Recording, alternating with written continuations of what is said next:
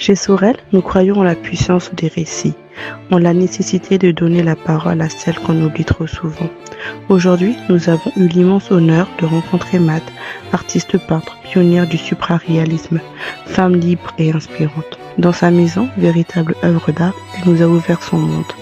Un monde façonné par la passion, la douleur, la résistance et la création. À travers cette interview, Sorel poursuit sa mission. Mettre en lumière des femmes d'exception, combattantes de l'ombre, porteuses de mémoire et d'avenir. Bienvenue dans un échange rare, intime, nécessaire. Bienvenue dans l'univers de Mad. Je vous présente Mad, ça va? Oui, avec plaisir puisque vous êtes là. C'est toujours un plaisir. Oui, à moi aussi, c'est réciproque. Donc aujourd'hui, on vient pour découvrir un peu votre univers, votre maison, vous connaître vous, cette grande artiste que vous êtes. Donc est-ce que vous pouvez nous parler un peu de l'histoire de votre maison, de ce chef-d'œuvre, de tout ce que vous avez façonné de votre propre main? Je vais essayer. C'est une grotte, c'est une demi-sphère qui fait 2 mètres de diamètre, c'est 1 mètre de profondeur. Et ça représente l'univers, la matière, l'antimatière. Dieu et la science, en fait, c'est la spiritualité laïque. Et ici, c'est un miroir pour montrer au-delà de ce qu'on perçoit les yeux ouverts. Je montre aussi les sculptures ici. Je travaille le bronze et le bois. On va commencer un petit peu à montrer les œuvres. Ça, c'est ma dernière collection qui représente les états d'âme. Dans la collection, avant je ne mettais pas le titre, mais dans la collection état d'âme, je décidais, ce sont ceux qui regardaient le tableau qui étaient un peu désorientés et ils cherchaient à avoir juste une petite indication. D'accord. Mais moi, pour moi, c'est venu spontanément.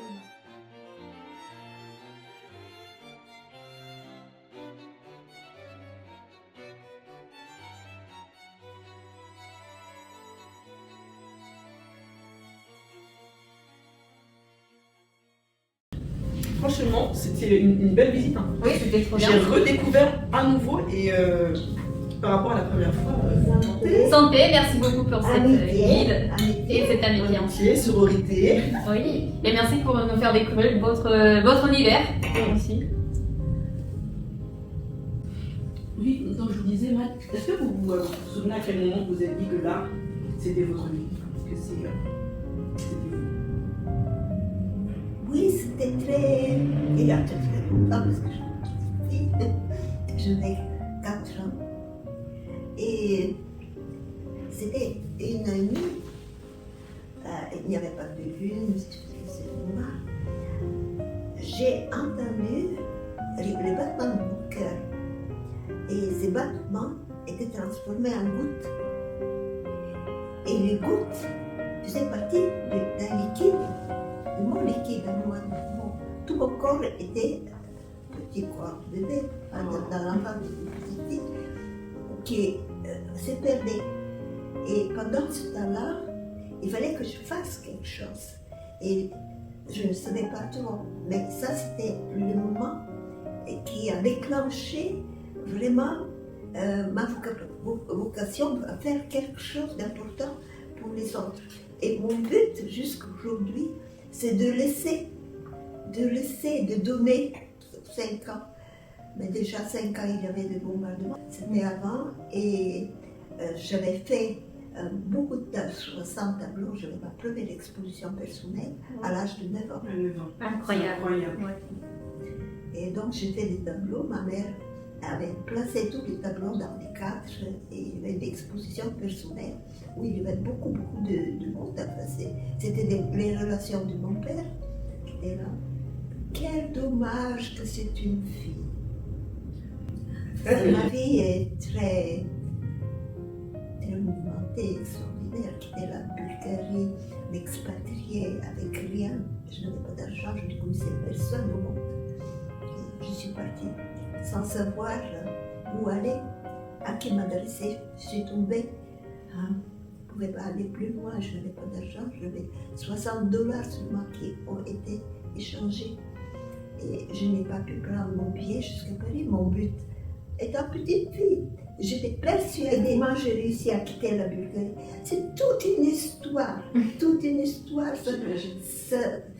Comme on n'a pas le temps de pouvoir développer tout ça. Une prochaine. Oui. Maintenant, j'ai un tableau à faire. Chaque tableau prend du temps. Une gestation très très longue, des fois. Gestation. Oui. Gestation, 9 mois. Oui, 9 mois. 9 mois, mais c'est même plus quelquefois. Pour certains tableaux, c'est beaucoup plus. Et après, c'est comment, déjà, pendant ce temps-là, je réfléchis sur le tableau. Je vis avec le tableau, mais il est en mouvement. Il est vivant. Et comment le fixer sur un support qui ne bouge pas. Et ça, c'est quelque chose qui n'est pas explicable. Oui. On ne peut pas expliquer comment ça arrive, le moment, qu'est-ce qui se passe à ce moment-là, en ce moment-là, juste quand le tableau doit prendre corps, Oui. corps et âme. Oui, c'est ça. Pour moi, c'est une maison en boutique qui a une âme, qui vit. Vous avez mis tout votre cœur dedans, ça se sent. Ouais. Elle est magnifique, votre maison, elle a votre image. Et je pense que en fait, elle est comme elle devait être et elle est juste magnifique et unique. Franchement, je sais pas d'autre mot. Eh bien, je suis très émue d'après ce que vous me dites.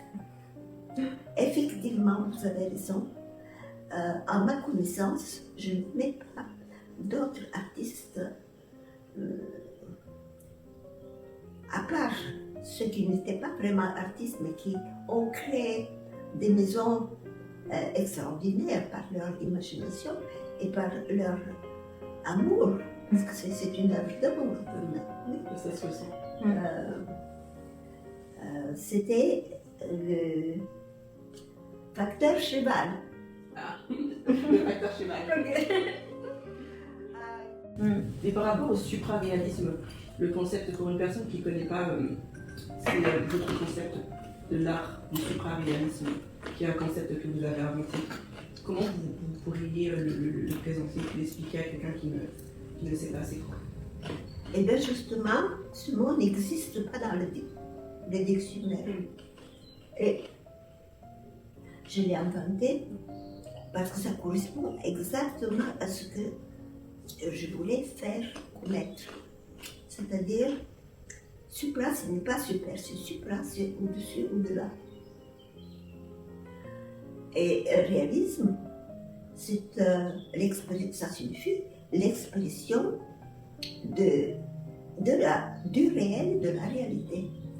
L'expression la plus juste du réel et de la réalité. Parce que je fais la différence entre le réel, qui est tout ce qu'on voit les yeux ouverts, et la réalité, ce qu'on ne voit pas, mais qu'on perçoit. On perçoit par notre sensibilité. Notre sensibilité qui nous dit, voilà, et il y a telle possibilité de faire, mais c'est toujours qu'il faut faire pour les autres. Le but, c'est de faire des actions pour les autres, non pas faire pour soi-même. Le supraréalisme, je fais tout pour le supraréalisme, toute ma vie, encore avant que ça ne soit nommé, ça existait déjà. J'avais une question de Mad aussi. Quel conseil, qu'est-ce que vous pourriez dire à une femme, à une jeune fille qui a envie de créer comme vous, de réaliser ses rêves et qui a peut-être peur, ou qui a peut-être autour d'elle des obstacles qui l'empêchent d'atteindre... Il faut foncer. Il faut foncer. Il faut y aller. Il ne faut pas hésiter. Même si elle se trompe, ça n'a pas d'importance. Et il faut insister. Et quand elle ne peut plus, elle doit continuer. Quand elle sent qu'elle n'en peut plus, ça c'est mon principe. Quand je ne peux plus faire, quand je suis fatiguée, quand je suis épuisée et que je sens que c'est fini, que je n'en peux plus, je continue. Quand les portes se ferment, parce que c'est pas facile, j'ai eu beaucoup de problèmes avec d'autres peintres qui sont jaloux. On m'a découpé au Grand Palais, parce que j'exposais dans les salons aussi, à part mes expositions personnelles. Tu m'as découpé votre pied? Mon tableau, avec un cutter, comme ça, C'est vrai? découpé. Bon.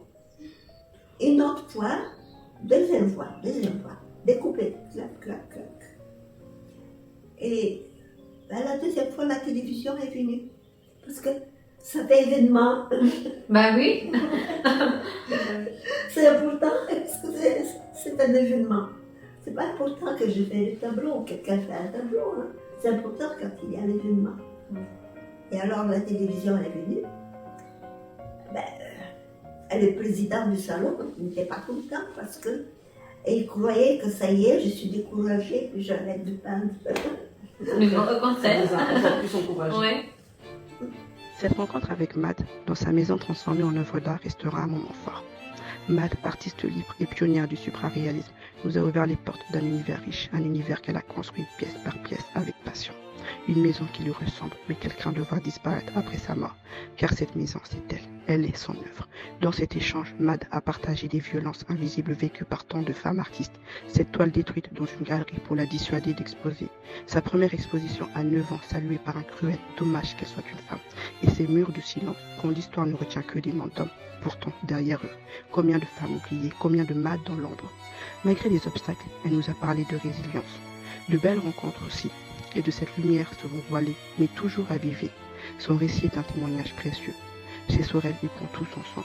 Mettre en lumière celle qu'on ne voit pas, qu'on n'écoute pas, mais qui inspire profondément. Cette interview est un acte de mémoire et de reconnaissance. Donner la parole à des femmes comme Mad, c'est éclairer d'autres chemins, semer des graines d'audace pour les femmes de demain.